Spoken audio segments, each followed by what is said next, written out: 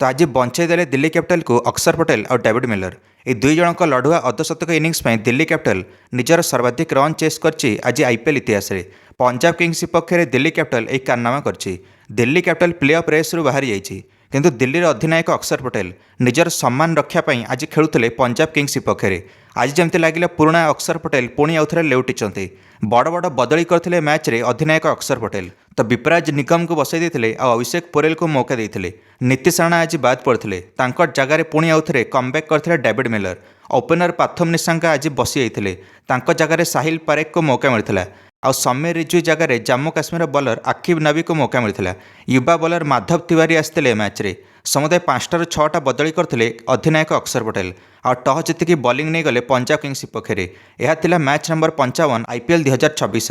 धर्मशाला मैदान रे मैचटी होता पंजाब ओपनर प्रियांश आर्या प्रथम over Mitchell Starc line length बिगाड़ी देले प्रियांश आर्या छक्का मारिकी खाता खोलते आ प्रभ सिमरन सिंह चौका मारिकी ओवर सारिले प्रथम ओवर 22 रन आसला मिचेल स्टार्क को 2टा छक्का गोटे चौका मारिले प्रियांश आर्या आउ गोटे चौका आसला प्रभ सिमरन सिंह बैट्रु यही गति में पंजाब आगू बढ़िला मात्र 3 ओवर पंजाब किंग्स 50 रन पहुँचीगला 80% रन प्रियांश आर्या बैट्रु आसला प्रियांश आर्या मात्र 24 बॉल निजर अर्धशतक संपूर्ण करें दिल्ली बॉलर्स मैंने एवं कमबैक करते कारण प्रथम 16 बॉल पंजाब 50 रन थिला बेले आगामी 20 बॉल मात्र 22 रन आसला पंजाब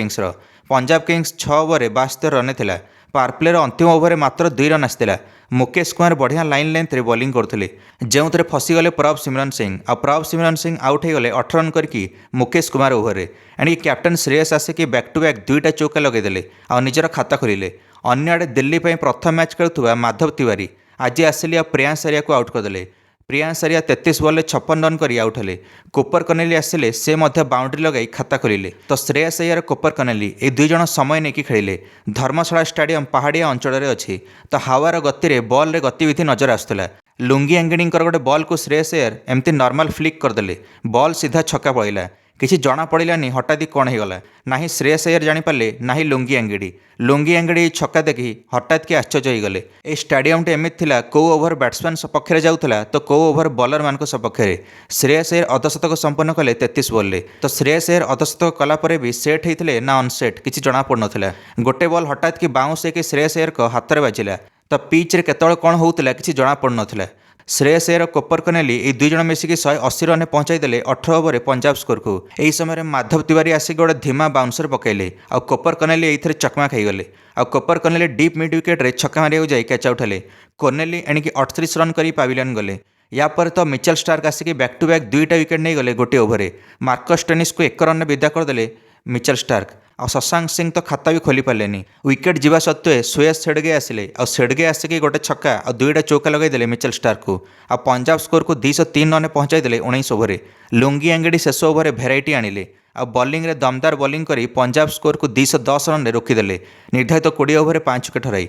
अधिनायक श्रेयस अय्यर 36 बॉल 59 रन कर नट आउट गले और सुयस सेडगे 7 बॉल 17 रन कर नट आउट गले 211 रन लक्ष्य रहा दिल्ली आगे आ दिल्ली कैपिटल्स को आरंभ झटका लगिला आज ओपनिंग रे आसते अभिषेक पोरेल मात्र 5 रन कर आउट हेले गोटे पर गोटे विकेट हराई चलला दिल्ली कैपिटल तो केएल राहुल मात्र 9 रन कर आउट हेले युवा बैटर साहिल पारेख ये आसी गोटे छक्का मारिकी खाता खोलिले और टेस्टन स्टॉप्स भी चौका मारी खाता खोलिले किंतु ये पार्टनरशिप बेसी आगू गला नहीं साहिल पारेख 13 रन कर आउट हेले आज थिला दिन अधिनायक अक्षरकर जार बैट आईपीएल सारा खामोश थिला यांको बैट्रु गोटे भी छक्का आसी नथिला चलित आईपीएल आज किंतु अक्षर पटेल 10 बॉल पर सीधा स्टेप आउट करें और प्रथम छक्का लगेले आईपीएल 2024 अक्षर पटेल विकेट आज गुरुत्वपूर्ण थिला जत टेस्टन स्टॉप्स भी रनआउट हो गले 12 रन करके अक्षर पटेल जानीगले आज कैप्टन इनिंग्स खेल पड़ो अक्षर को आज मिलर कर कमबैक है जत टेस्टन स्टॉप्स आउट होकर पाविलियन जाते एवं डेविड मिलर अक्षर पटेल पाखे मारिया छड़ा किसी बाट नाला आउ 122 रन दरकार थाए मात्र 58 बॉल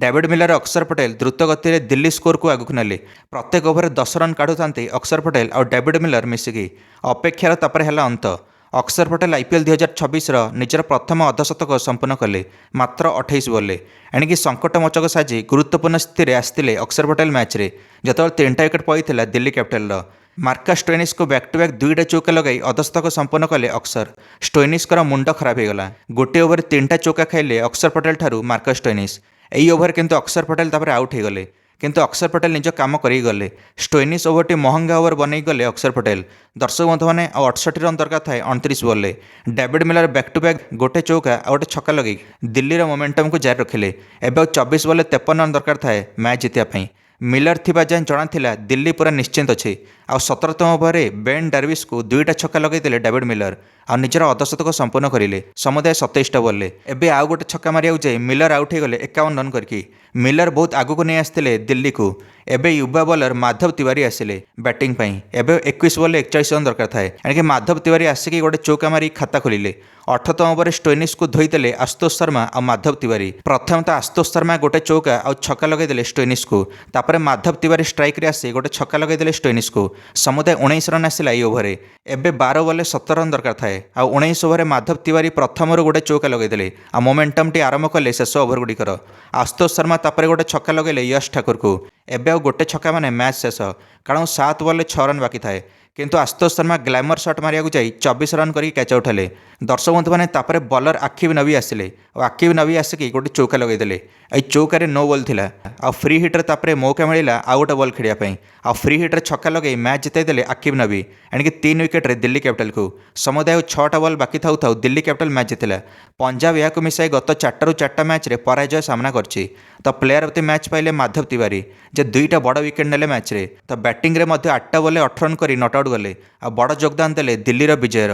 ତ ଦିଲ୍ଲୀ ଅଧିନାୟକ ଅକ୍ସର କହିଲେ, ଆମେ ପ୍ଲେ ଅଫ୍ ତ ଯାଇପାରିବନି, ଆମେ ନକ୍ଆଉଟ୍ ହେଇଛୁ, କିନ୍ତୁ ଅନ୍ୟ ଟିମ୍କୁ ବି ସହଜରେ ଯିବାକୁ ଦେବୁ ନାହିଁ, ଯାହାର ଗଣିତ ବନୁଛି ପ୍ଲେ ଅଫ୍ରେ ଯିବା ପାଇଁ। ଆପଣମାନେ ମଧ୍ୟ ନିଜର ଫେଭରେଟ୍ ଆଇପିଏଲ୍ ଟିମ୍ କମେଣ୍ଟ ମାଧ୍ୟମରେ ଜଣାଇବାକୁ ଭୁଲିବେ ନାହିଁ। ଆଉ ଭିଡ଼ିଓକୁ ଲାଇକ୍ ଆଉ ଚ୍ୟାନେଲକୁ ସବସ୍କ୍ରାଇବ୍ କରିଦେବେ ସମସ୍ତ କ୍ରିକେଟ୍ ଅପଡେଟ୍ସ ପାଇଁ। ଧନ୍ୟବାଦ।